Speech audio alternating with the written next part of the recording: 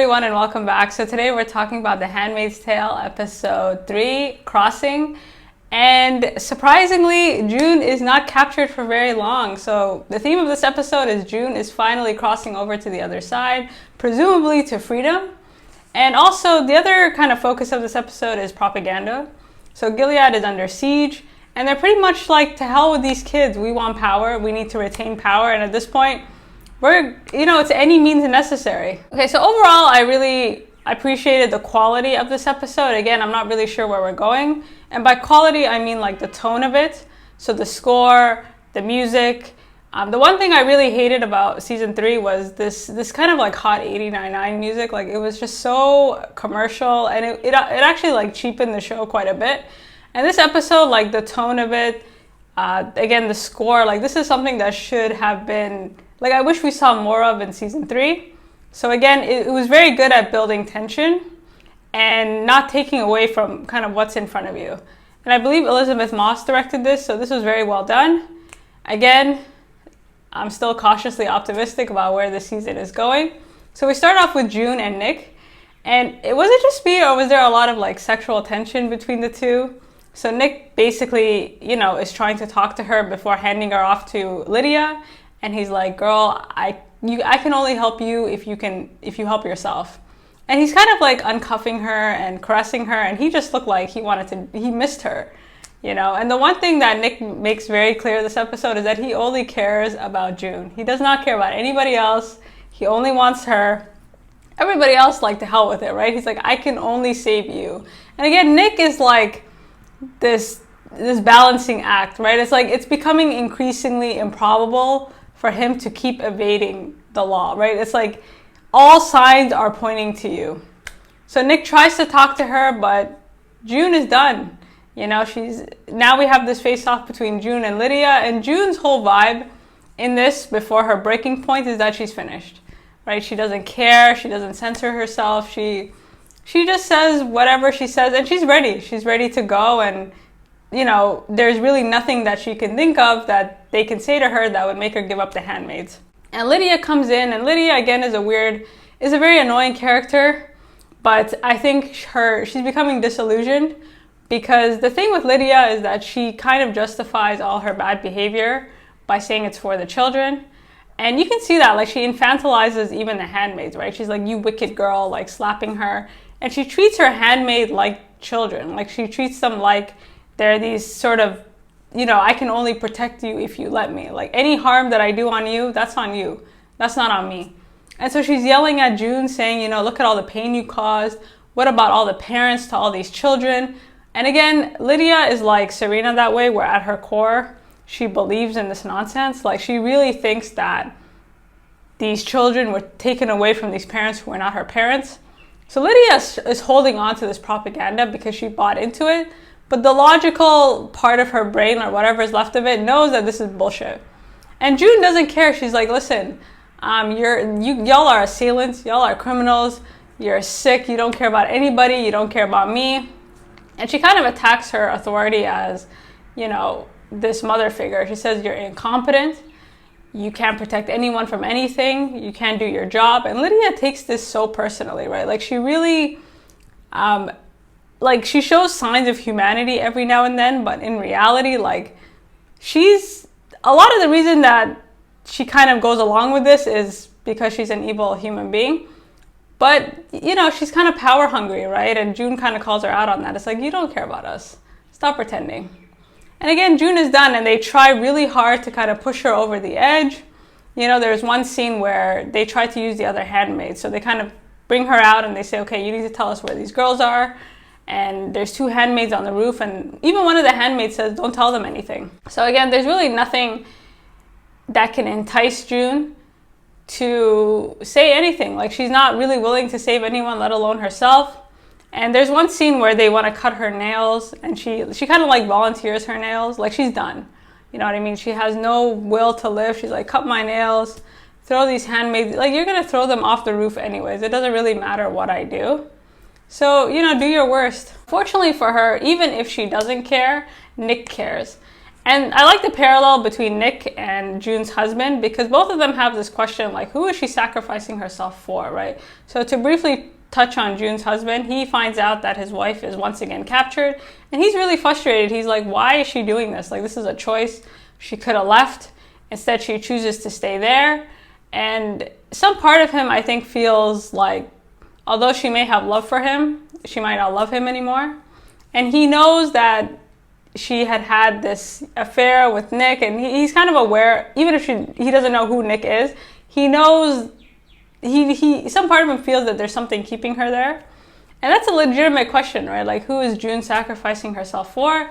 And Nick doesn't really want to wait around to find out the answer. So he goes over to Commander Lawrence and he's like, you have to help me help her.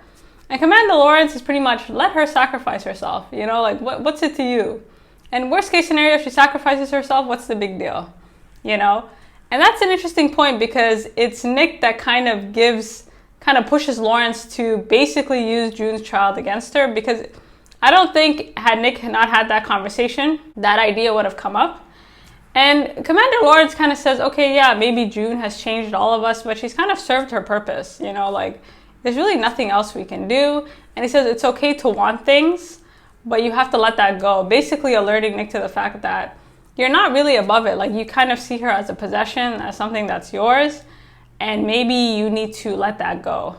And Nick says, no, I can't let that go. You need to do what I say, because you're barely here.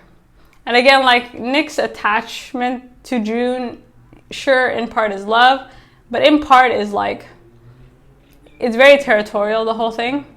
So unfortunately for June, you know, Nick is able to convince Lawrence, and then Lawrence goes off and talks to June.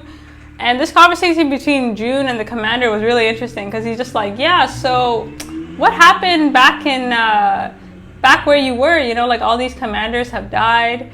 And do you know anything about that? And she kind of goes, no, like, that's just bad luck, that bad liquor, like, that's not my fault. And in this conversation, he basically, he puts a doubt in her brain, right? Like, this propaganda with Gilead and the children, he kind of says, this is bullshit. And June kind of looks at him, because that's the question, right? Like, would you hurt the children? And this is a weird question, because because of his familiarity to June, he's able to kind of put that doubt in her head. But like, on a bigger scale, it is interesting to think, like, with all these children gone, Gilead can't really afford to lose children. So it's like had June said no, would they have hurt the child? I'm not really sure. You know what I mean? And they kind of have this back and forth where he's like, girl, you need to give up. Like, you are at the end of your rope, because I'm at the end of my rope. And they will kill your kid if you don't say anything. And June is like, no. But again, the doubt is enough. That scene when June meets her daughter again, like, is very peculiar, because you wonder, you're like, because first of all, the kid was totally terrified of June. So she's sitting, the kid is in this box, looking like she's about to be, you know, gassed, or something really bad is about to happen. And the kid is terrified, you know, like, she kind of runs, she doesn't want to talk to her.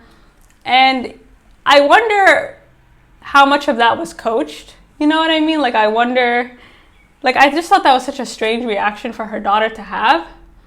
And if you look at Aunt Lydia in that scene, she's kind of scared too, right? Like, she doesn't really know if they're going to kill the kid either. So I wonder, like, who coached that reaction, or maybe the kid is just scared. But that interaction was really interesting, because June kind of, the realization sets in that she's going to have to give up her girls, and that her daughter will never be safe, right?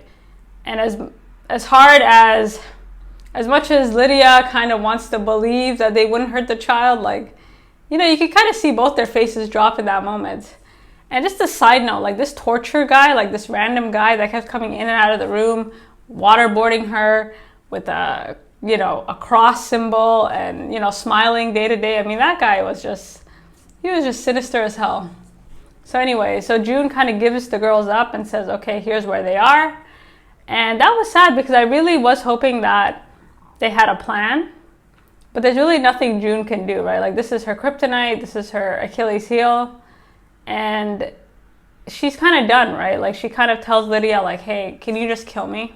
Because I'm done. I can't really go on anymore. And again, that vibe of not being able to go on anymore, like you could see it throughout, right? Like she was just done. She was saying whatever. She's like, y'all are assailants. Like there was no self-preservation in June until the end of the episode. And then Lydia says, no, I'm not gonna get rid of you. You're gonna go to a breeding colony where basically you work on this colony and you are assaulted again to make more babies. Because at this point they can't really afford to kill handmaids because, you know, the babies are all gone, like the children are all gone. So they have to kind of salvage as many people as possible for survival purposes. And the thing that Lydia says is like, well, you're about to start a new adventure.